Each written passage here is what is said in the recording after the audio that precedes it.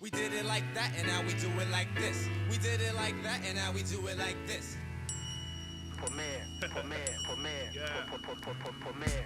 Now clock, kids who got the cocaine. Don't tell me it's the little kids on Soul Train. The metaphor sent from my brain to my jaw. It comes from other places, not the tinted faces. Journalistic values are yellow, and then of course falters. You watch Channel Zero with that bitch Marvel Alters. Should have you believe black invented crack when President Lyndon had the formula way back in 63.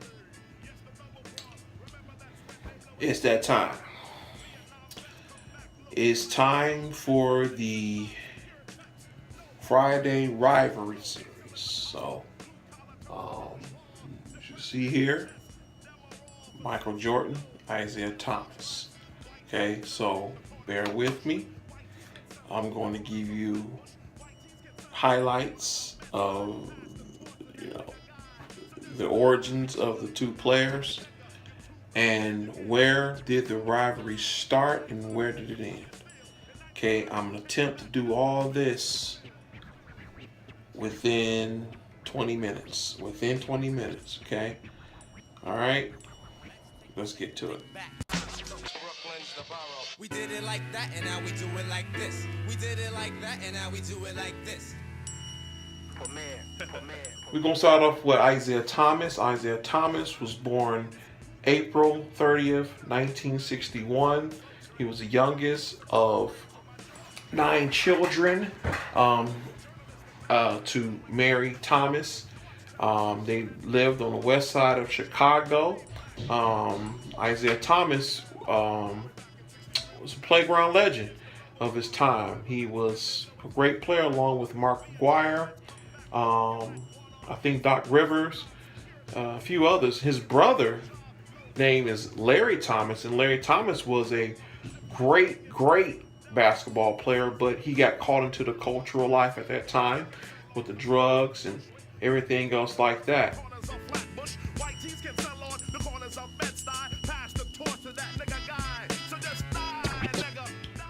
He also would it would take him 90 minutes to get to St. Joseph High School, where he had to catch a train and several buses just to get to the school. But his brothers, they made sure that Isaiah Thomas would not get caught up in that culture. There's even times where Larry, his oldest brother, would tell stories and said that he remember one day driving down the street in his Cadillac, and he seen Isaiah wearing his clothes playing craps.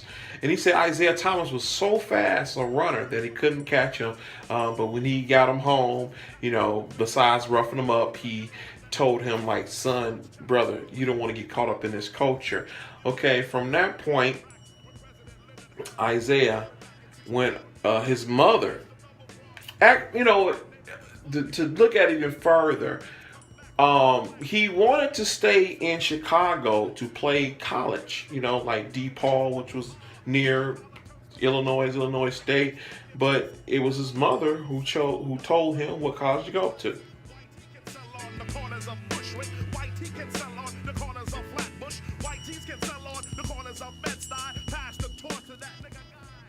So Isaiah Thomas was recruited by Bobby Knight and the Indiana University, the Indiana Hoosiers.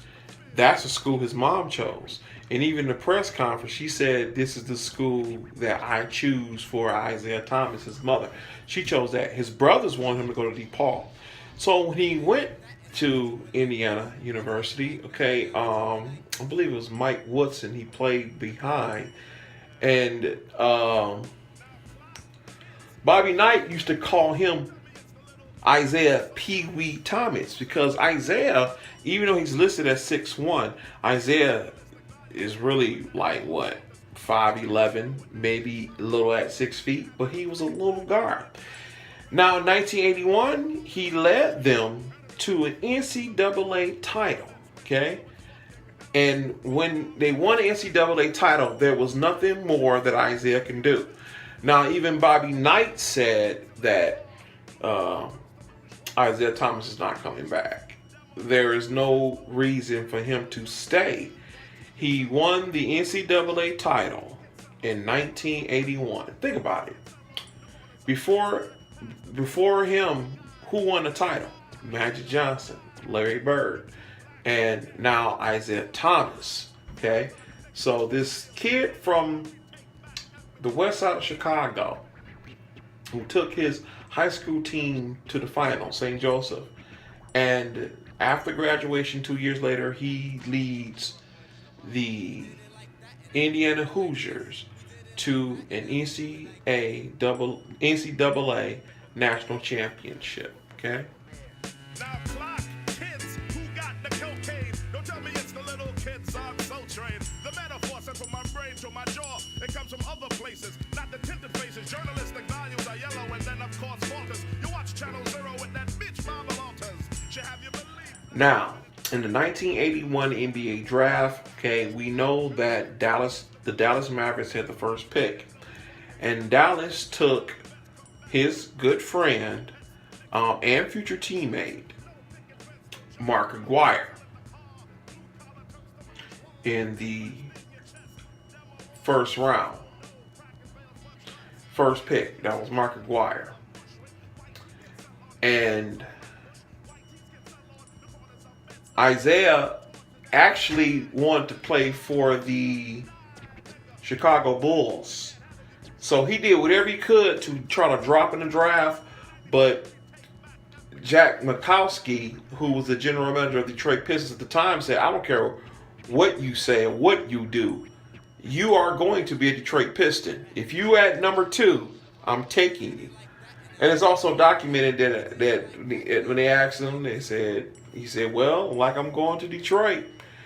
And when Isaiah Thomas came to Detroit, man, he set ablaze, man. He set ablaze. You know, he came in as the leader.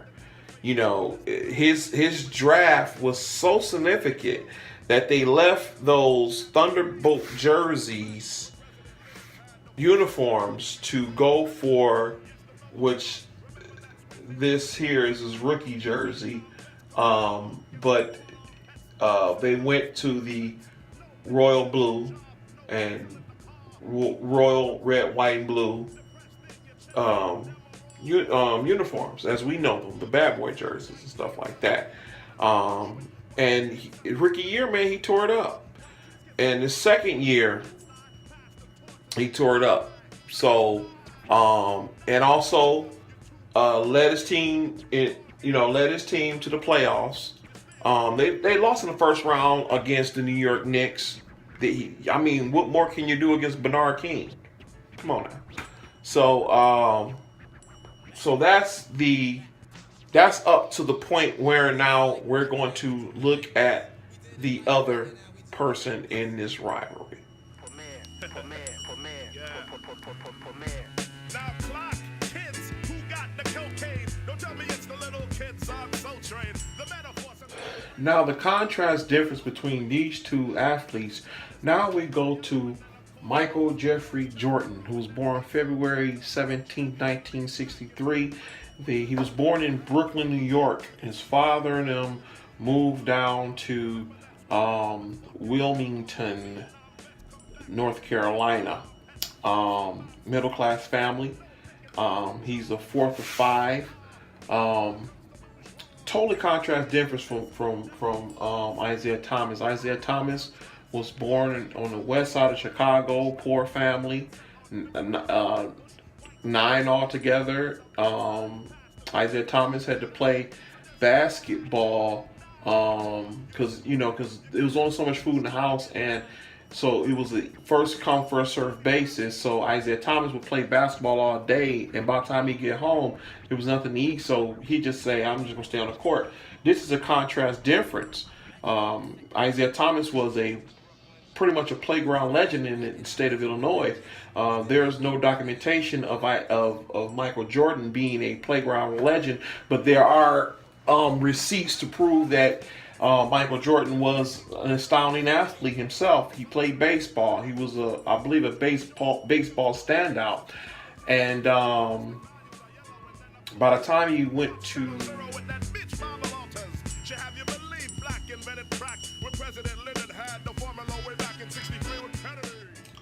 Emsley Laney High School, in that high school, he played football. He played baseball, which he was good at. He played basketball. He played all four sports. Michael Jordan played all sports, and he tried out for the varsity team in his sophomore year and didn't make it because he was too short.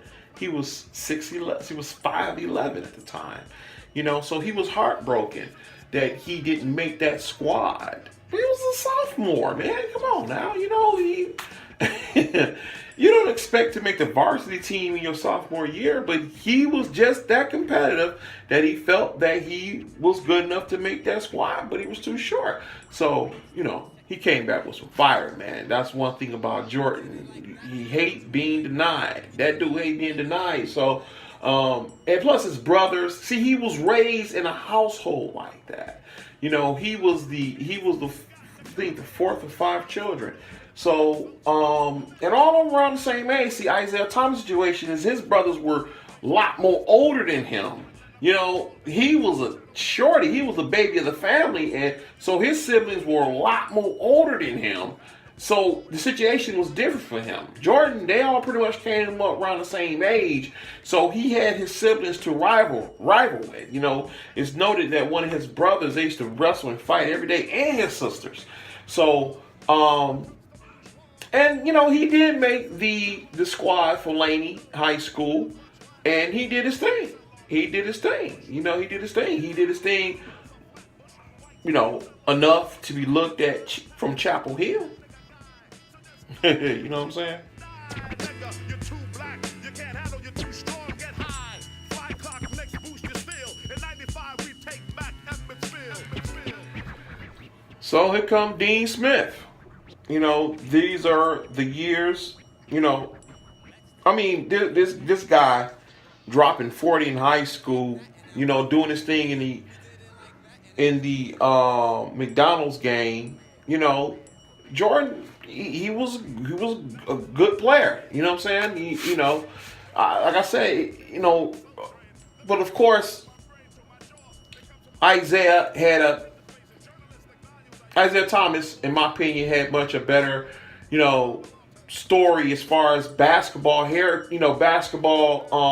play, the playground, high school, in the college thing, Thomas was just great, and that's not taking anything away from Michael Jordan, but Jordan in high school and in college was not thought of as to be what he turned out. Okay, so when he started playing for Dean Smith, think about it. That Carolina and Chapel Hill, they always had great teams.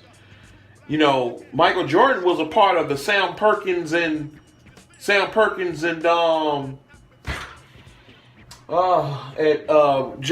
James Worthy squad. So he played with them, right? And yeah, I know Jordan hit that game-winning shot, I believe, in the national championship game, but that still was big game James Worthy, and also Sam Perkins. That was their squad, right? So, coming that following year after the title.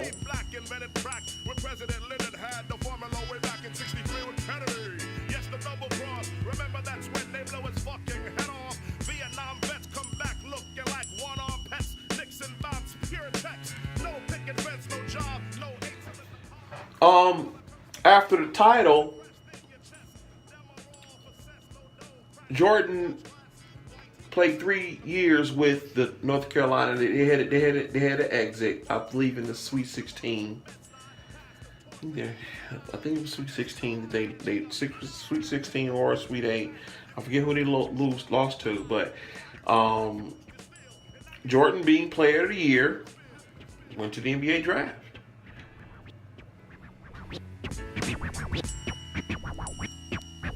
Let's take a sec to think back. Brooklyn's the borough. We did it like that, and now we do it like this. We did it like that. And in the NBA draft, he went second. No, he went third. Isaiah Thomas was second. He went third. It comes from other places, not the tinted faces. Journalistic values are yellow, and then of course falters. You watch Channel Zero with that bitch Marvel Alters. Should have you believe black. So now it's time for the draft. 1984 NBA draft. First pick of the draft was the Houston Rockets. Second was the Portland Trail Blazers. Third, Chicago Bulls. Of course, we know that Elijah Wan went number 1, rightfully so. Portland had a chance to get Michael Jordan, but as I said, no one knew Michael Jordan was going to be who he became. No one knew. So, who they select? Out of UCLA, big guy, Sam Bowie. And then, from North Carolina, Chicago Bulls, number 3, pulled Michael Jordan. Portland necessarily didn't need Michael Jordan because they had Clyde Drexler, who went on and had a great career. Okay? Now, if they would have grabbed Jordan, you really can't say that because we never know how Michael Jordan would have turned out if he would have played with Portland. He probably wouldn't have been no good. He probably would have turned out what a lot of analysts thought he was going to be. Just a person who could put up some numbers, who score, who could dunk. But no one knew that Michael Jordan was going to turn out to be the player that he was going to be. Okay? Michael Jordan